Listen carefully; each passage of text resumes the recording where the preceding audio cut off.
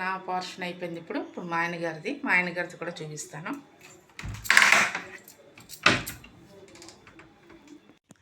ఇవి ఏంటంటే నేను యూజ్ చేసిన సారీస్ అనమాట. ఇవన్నీ వీడియోస్ అవి చేస్తాను కదా, అందుకని హాఫ్ అన్ అవర్కి 1 అవర్కి సారీస్ తడపలేం కదా, అందుకనేసి ఇలాగ ఇక్కడ పెట్టేస్తాను అనమాట యూజ్ చేసిన సారీస్.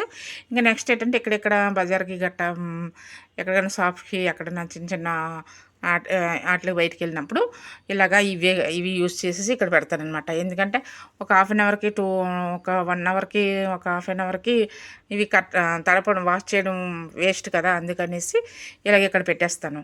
ఎందుకంటే ఇప్పుడు ఇవి ఏంటంటే వేరేగా బయట టవల్ స్టాండ్ ఉంది, ఆ టవల్ స్టాండ్ మీద ఒక 1 అవర్ 2 అవర్స్ అలాగ బయట వదిలేస్తాను. బయట వదిలేసి అప్పుడు తీసి మడతపెట్టి ఇక్కడ పెడతాను. ఎందుకంటే లేదంటే స్మెల్ వస్తాయి, స్మెల్ రావడం వల్ల బట్టలన్నీ స్మెల్ వచ్చేస్తాయి అనేసి ఇలాగా బయటన ఒక 1 అవర్ 2 అవర్ వదిలేసి అప్పుడు మడతపెట్టి పెడతాను అనమాట. ఇవి మళ్ళీ బ్లౌజులు కూడా ఇక్కడే ఉంటాయి, ఎందుకంటే ఇవి యూజ్ చేసేసినవి కాబట్టి. ఇవి మళ్ళీ ఒకసారి ఒక 2 టైమ్స్ 3 టైమ్స్ వాడిన తర్వాత అప్పుడు వాష్ చేసేసి వేరే దగ్గర పెట్టేస్తాను.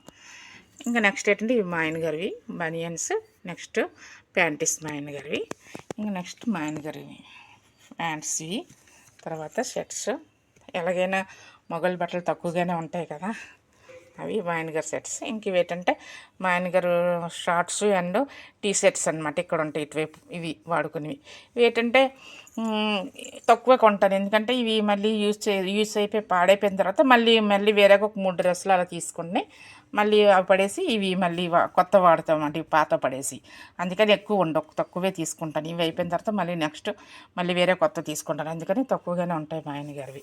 ఇంకా నెక్స్ట్ ఏంటంటే మా ఆయనగారు కర్చీఫ్, ఈజీగా తీసుకోవడానికి కర్చీఫ్స్. ఇంక ఇవి మా ఆయనగారు బుక్స్ ఏంటంటే చాలా మా ఆయనగారు లెక్చరర్ అనమాట, ఎక్కువ చదువుకున్నారు, పిహెచ్డి కూడా చేశారు. అందుకని మా ఆయనగారు బుక్స్ ఎక్కువ ఉంటాయి, ఏవి కూడా పడేనివ్వరు, ఏదైనా పడేస్తే దెబ్బలాడతారు. అందుకని అన్ని బుక్స్ కూడా ఇలాగే ఉంచుతాను, పడేయవద్దు అంటారు. ఎప్పుడైనా అవసరం వస్తాయి కదా అని ఇవన్నీ మా ఆయనగారు బుక్సే పైన ఇవన్నీ. ఇంకా వేరేగా కూడా ఉన్నాయి అరలో వేరేగానా,